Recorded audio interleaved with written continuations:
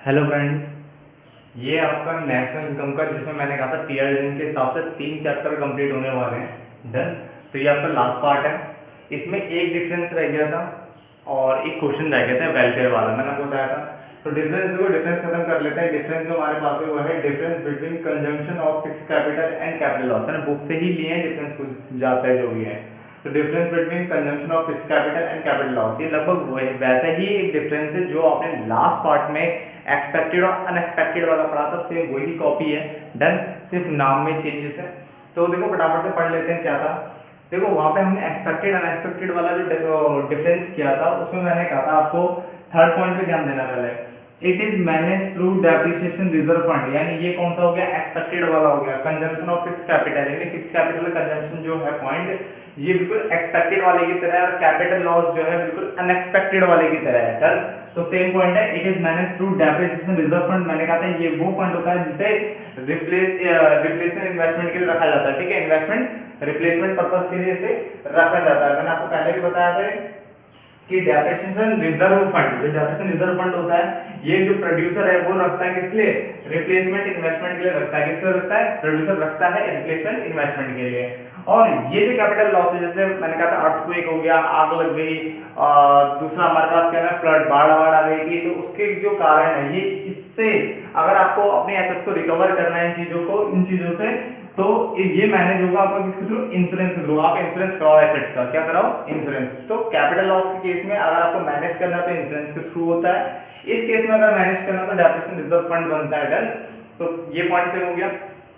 Point number 2 पे आओ पहले। इसमें लिखा हुआ इट इज अ लॉस, ये वो लॉस है जो कि नॉर्मल वियर टियर, यानी जो सामान्य टूट फूट होती है ना, टूट फूट के कारण होता है। किस कारण होता है, टूट फूट के कारण होता है, या फिर एक्सीडेंटल डैमेज, अचानक से कोई डैमेजेस हो जाते हैं। डन। उसके कारण भी आपकी एसेट्स की वैल्यू गिर जाती है। या एक्सपेक्टेड ऑब्सोलेसेंस तो हमने पढ़ा ही हुआ है, जैसे टेक्नोलॉजी का अपडेट, यानी जब टेक्नोलॉजी नहीं आ जाती तो पुराने वाले जो फोन्स होते हैं या जो भी मशीन जो भी होता है आपके पास, उनकी वैल्यू अपने आप क्या होती है, डाउन में लग जाती है, स्टैटिक चीजें आ जाएगी। डन। डिमांड के कारण। तो ये 3 चीजें इसमें कवर हो गई। यहां बात करते हैं तो ये लॉस होगा किसके कारण, नेचुरल कैलामिटीज के कारण। ये जो वर्ड है ये अनएक्सपेक्टेड का वर्ड है, और साथ में इकोनॉमिक रिसेशन, ये भी वर्ड हमने वहां पढ़ा था, ये भी किसका है, अनएक्सपेक्टेड। क्योंकि एक्सपेक्टेड यहां चुका है तो अनएक्सपेक्टेड ये रहा, जैसे earthquake, fire, flood etcetera. Done. या fall in the market value, यानी एसेट्स की वैल्यू गिर तो रही है बट किसके कारण, during the period of economic recession के कारण क्या हो रहा है, आपके एसेट्स की वैल्यू गिर गई है। डन। तो बहुत इजी था। ये डेप्रिसिएशन रिजर्व फंड के कारण मेंटेन होता है, मैनेज होता है, ये इंश्योरेंस के कारण। इसमें अगर हम बात करें तो वो चीजें जिनके बारे में पता है कि ऐसा कुछ होता है। डन।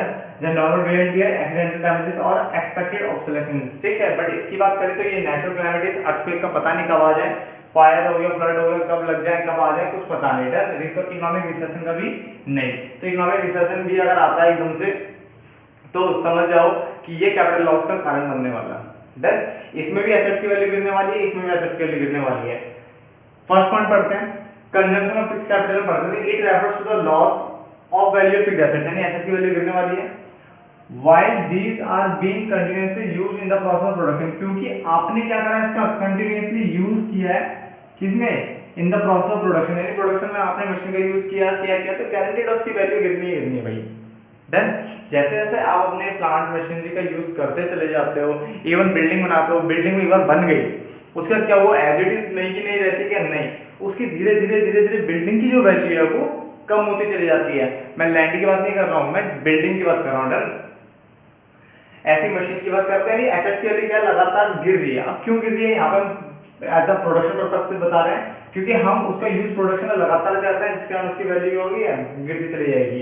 कैपिटल लॉस की अगर बात करें, ये क्या है, ये यूज की बात नहीं करेगा, ये वो लॉस है फिक्स्ड एसेट्स की वैल्यू का, while these are not in use, यानी रखी हुई थी, आग लगी, मशीन खत्म, रखी हुई थी, फ्लड आया, मशीन गायब। डन।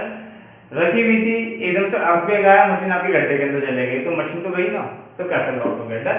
तो बिल्कुल सेम वैसे ही था, ज्यादा टाइम इसमें अब नहीं लगाते हैं, इसमें आगे बढ़ते हैं। जो मेरे को मेन क्वेश्चन करना था इसमें, जो ये मोस्ट इंपोर्टेंट क्वेश्चन है, बट देख लेना जरा। ठीक है, what is the relationship between GDP and welfare. ठीक है, कई तरीके से क्वेश्चन बन के आ जाता है। ठीक है, 3 तरह से मैंने लिख दिया है, ठीक है, और तरीके से आ सकता है, बट जो दिखेगा इसमें जीडीपी और वेलफेयर इस टाइप की चीज़ें लिखी हुई मिलती है, इसलिए ध्यान देना इस क्वेश्चन पे। What is the relationship between GDP and welfare, या limitation of per capita real GDP, per capita यानी प्रति व्यक्ति, ठीक है, per capita real GDP as indicator of economic welfare and reason for this, ये बताओ।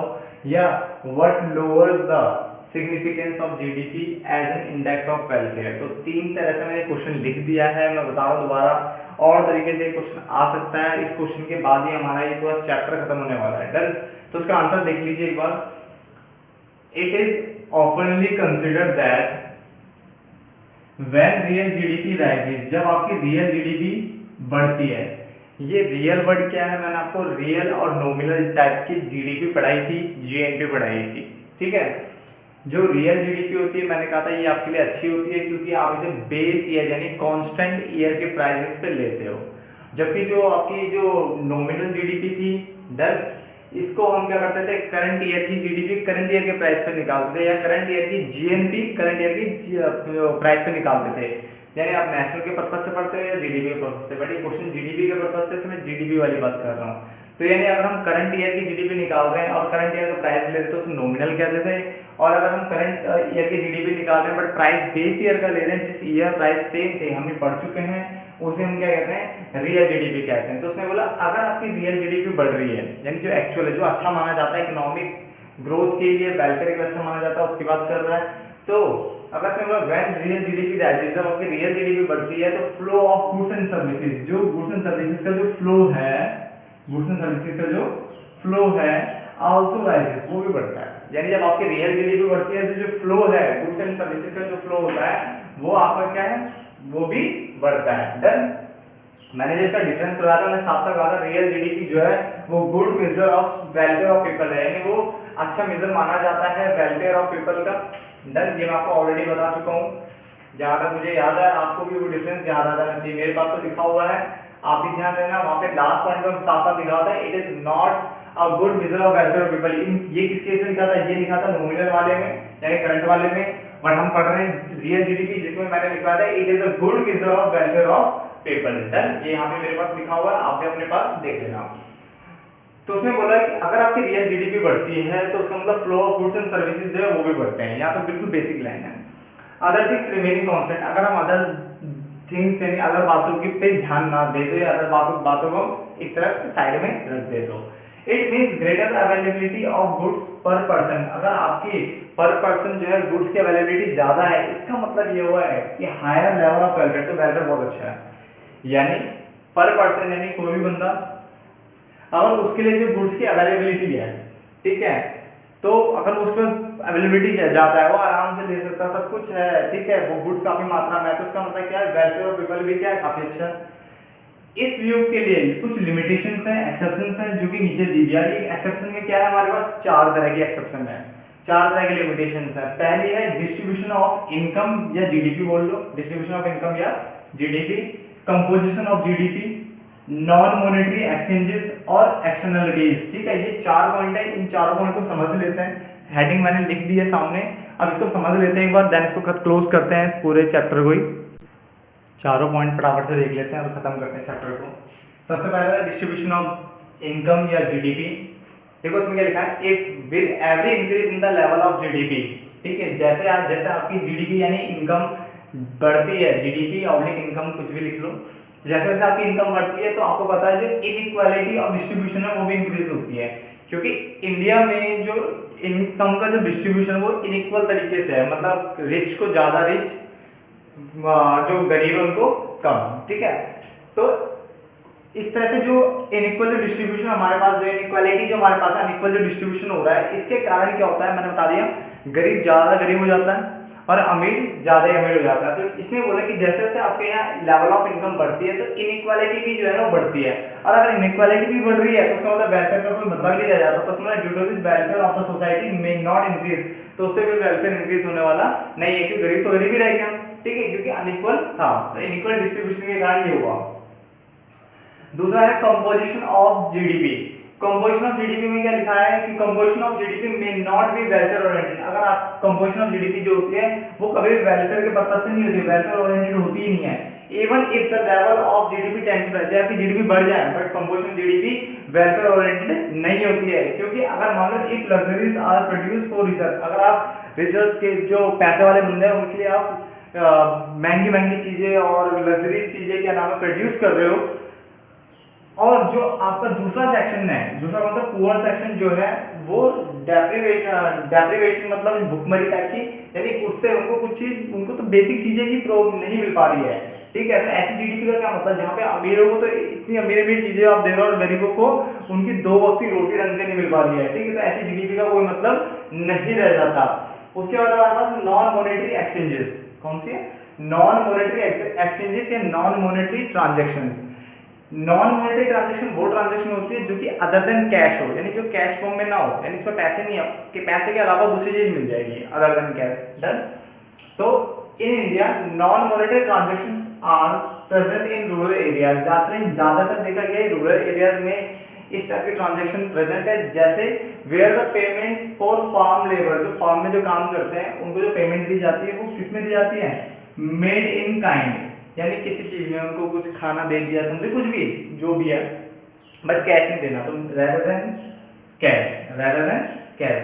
तो फार्म लेबर्स को जो पेमेंट हो रही है रूरल एरियाज में वो made in kind rather than cash, but such transaction are not recorded, ऐसे ट्रांजेक्शन को रिकॉर्ड नहीं करते हैं। ठीक है, नहीं कर पाते हैं। अब जब रिकॉर्ड नहीं करते हैं तो जीडीपी में जो रिमेन है वो अंडर एस्टिमेटेड, तो जीडीपी कम की कम रह गई, क्योंकि वो जो पेमेंट तुमने, अगर तो पेमेंट अगर आप कैश में करते तो इंक्लूड कर लेते हैं, आपने कैश में नहीं करी तो वो इंक्लूड भी नहीं हुई, जब वो इंक्लूड नहीं हुई तो जीडीपी बढ़ेगी नहीं, वो क्या कमी शो करेगी, under estimated, and therefore can not be proper index of welfare, जिसका आप प्रॉपर इंडेक्स ऑफ वेलफेयर नहीं हो सकता। जब उसमें जुड़ा ही नहीं है तो प्रॉपर इंडेक्स ऑफ वेलफेयर तो निकला ही नहीं है इसका मतलब। तो नॉन मॉनेटरी एक्सचेंजेस भी एक तरह की लिमिटेशन यहाँ पे बन जाती है। उसके बाद एक्सटर्नलिटीज है, इसमें इसने बोला इम्पैक्ट ऑफ एक्सटर्नलिटीज, चाहे वो पॉजिटिव हो चाहे वो नेगेटिव हो, कुछ भी उसका इम्पैक्ट हो, चाहे वो पॉजिटिव हो चाहे नेगेटिव हो, वो भी अकाउंटेड नहीं होती, उसको भी आप जोड़ते या इंक्लूड नहीं करते हो in the index of social welfare in terms of GDP. It either या तो अंडर एस्टिमेट यानी कम दिखाती है जीडीपी को, या ओवर एस्टिमेट करती है किस चीज को, जीडीपी को, यानी द लेवल ऑफ वेलफेयर के लेवल को या तो कम दिखाएगी या ओवर दिखाएगी, किसके कारण, एक्सटर्नलिटीज के कारण। एग्जांपल में environmental pollution related to the production activity, यानी जैसे एनवायरमेंटल पॉल्यूशन है, अब मान लो 2 बंदे, ये ए है ये बी है, ठीक है, इस बंदे ने गार्डनिंग कर रखी है, बहुत अच्छा गार्डन बनाया है, प्रॉपर तरीके से पेड़ पौधे लगाता है, और ये बंदा कुछ नहीं करता ऐसा। तो अगर कुछ नहीं कर रहा तो क्या ये इसको उसकी जो इससे ताजी हवा ले रहा है एंड और जो गार्डन का जो मजा ये भी ले रहा है, तो क्या ये इसमें पे कर रहा है, नहीं कर रहा, है ना। जब पे नहीं कर रहा तो इसका मतलब ये वेलफेयर में इंक्लूड इसने करा ही नहीं है। दूसरी चीज, अगर मान लो ये खेती करते हैं और मान लो कुछ इन्होंने जला दिया जिससे, या प्रोडक्शन एक्टिविटी में ये पार्टिसिपेट दोनों कर रखे हैं और इन्होंने कुछ ऐसी उटपटांग चीजें करी जिससे कि एनवायरनमेंट क्या हो रही है, एनवायरनमेंट को क्षति पहुंच रही है, पॉल्यूशन बहुत ज्यादा बढ़ रहा है। ठीक है, तो आपने देखा होगा, मान लो इसने तो पेमेंट कर दी, वो जो क्षति इसने करी है उसके लिए इसने पेनल्टी पे करी, पर जरूरी थोड़ा ना सारे पेमेंट करते हो, उसने नहीं करी, और जब उसने नहीं करी तो उसका मतलब फिर कहाँ से प्रॉपर वेलफेयर हो गया, कहाँ से प्रॉपर आपका ये वेलफेयर वाली बात आती है सामने। तो इसलिए 4 आपकी क्या थी, लिमिटेशन थी, मैंने चारों को प्रॉपर लिखवा करके करवा दिया, डन, ताकि आपको इधर उधर कहीं भागने की जरूरत ना पड़े। ठीक है, अब ये चैप्टर यहाँ पे खत्म होता है एंड, ठीक है, इस चैप्टर से रिलेटेड कोई भी प्रॉब्लम हो कमेंट बॉक्स में लिख देना, मैं उस चैप्टर की जो भी चीज होगी, जो चीज रह गई है मुझे बता देना एक बार, ठीक है, तो मैं वो करवा दूंगा। एक नेक्स्ट जो भी वीडियो बनानी पड़े बना लेंगे तब की तब। अब मैं आपको एक नया चैप्टर करवाने वाला हूँ जो होगा आपके लिए मनी, ठीक है, तो मनी करेंगे नेक्स्ट पार्ट में। थैंक यू दोस्तों।